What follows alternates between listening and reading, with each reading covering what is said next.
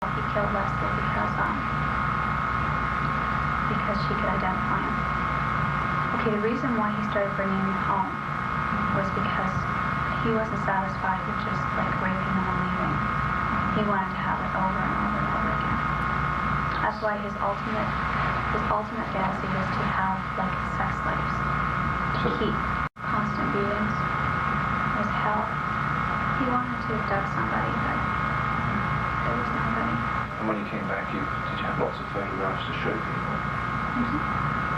Photographs and video. And were these staged in the sense that he told you you're going to look happier because you're having a great time, or? He didn't tell me that, but I knew to smile for a photograph or a video camera. Hiding abuse. Like, I mean, every time we went to my parents, I was totally unhappy because, I mean, on the way there, Paul would be lecturing me. You know, if you say or do anything to make them think that we're not happy, you know, I'm going to kill you, you're going to get it. He saw her and pulled into the parking lot, and he told me what to do. I had been complaining.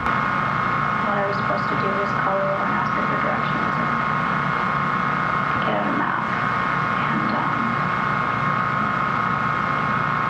get out of the car and leave the door open, and he was going to come around and then put her in the car. So that's exactly what happened. How was he supposed to keep her in the car? He had a knife. I see, so it was by threat. Yeah. Okay, and it worked? Yeah. Sunday came and he decided that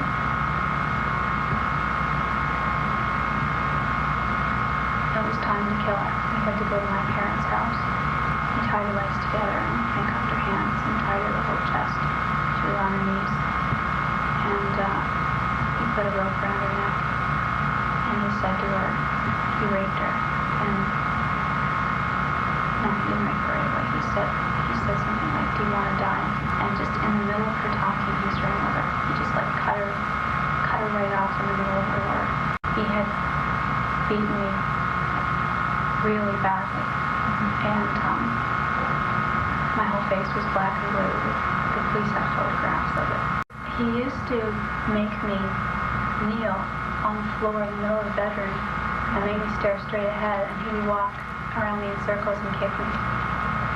And I wasn't allowed to look, so I wouldn't know when it was coming.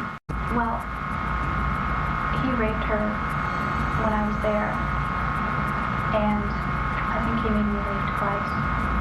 Why do you think he made you leave?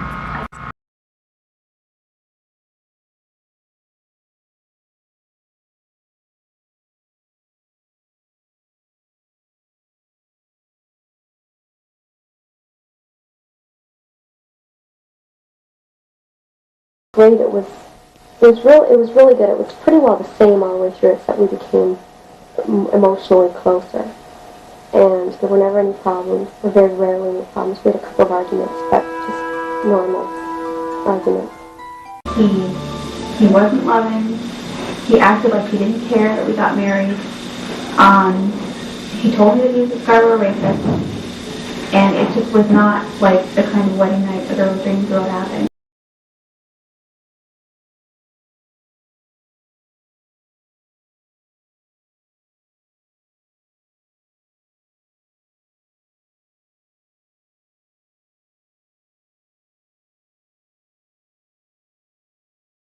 If I didn't turn the water tap off completely, he'd hit me. If I didn't say the right thing, he'd hit me. He held knives to my throat. He told me I better watch my back. He said, always watch your back. Those burns are possibly chemical in nature and antemortem.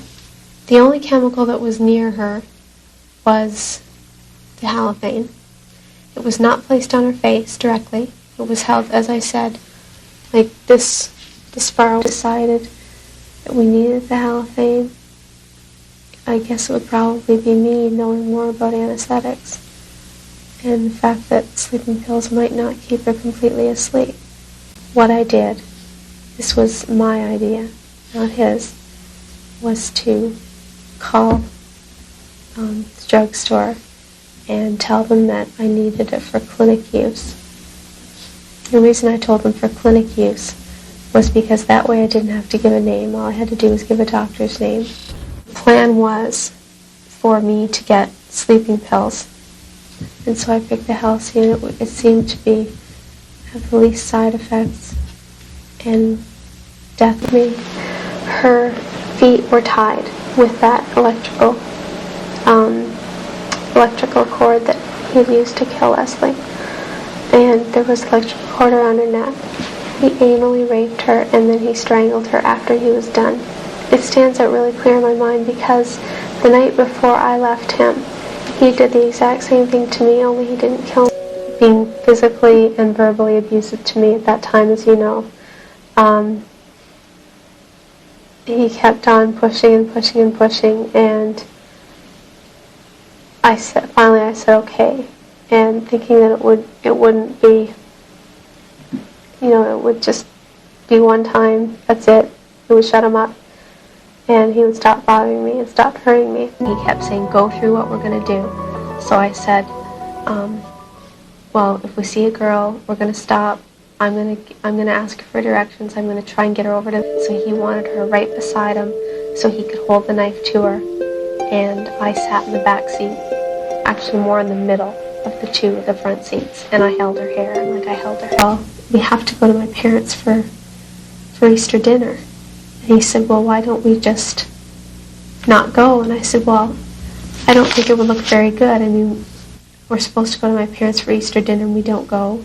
And I said, well, how's it going to look if, this girl's missing and we have no alibi? We haven't gone anywhere. We haven't done anything. And he said, well, I guess you're right. And because he wanted to keep her for longer. And I didn't want to. I was going to work. I didn't want to go to work knowing that this girl was in my house and she could escape so easily. And I was afraid. So I didn't suggest to him that we kill her on Sunday, but I knew that she had to be gone. Oh, and I was really mad too because when I took Buddy out, there were 2 champagne glasses on the dining room table, and we had these really expensive champagne glasses from France, which we never used. He had those out. The 2 of them had been drinking champagne from those glasses, and I was really. And then she took a breath. And that freaked me out even more. He should have slapped me in the face because I was really hysterical then. So he went over to her and he did the same thing. He strangled her more. And I think I watched that time because what the hell, she's dead anyway. I've gotten to know Kristen. Because you get emotionally involved with these people. And it really hurts. It hurts a lot more because I felt like I was friends with both of them, especially Kristen. Because we did so much stuff together. We put makeup on together. We talked, just girl talk when Paul was gone getting us food. And it just made it hurt even more.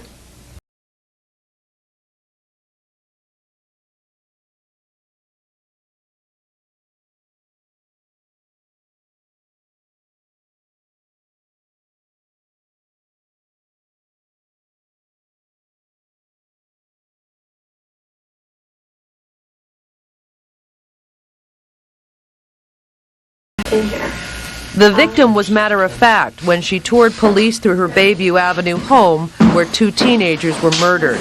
She had chosen to dress as a schoolgirl.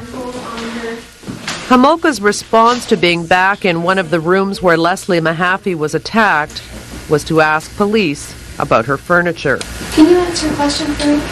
Was any of the furniture damaged as a result of the investigation? Not that I'm aware of, no. Okay, great, so I'm asking for it.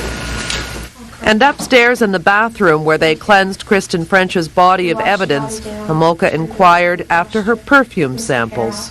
But I don't have any of that stuff. So where are all those articles now? Where Paul's lawyer took them. You're saying Paul's lawyer took a number of articles from you? Well, from what I understand, his lawyer took basically everything. This is where we carried Leslie down the stairs. And in the basement where Leslie Mahaffey was dismembered, she had yet another inquiry on behalf of her other sister, Lori. Can I ask you a question? I'm afraid I can't answer. Can I have that book? My sister wants it. Or does that have to stay here? That has to stay for now, but Okay. we can make those arrangements. Okay, thank you. And my Christmas tree.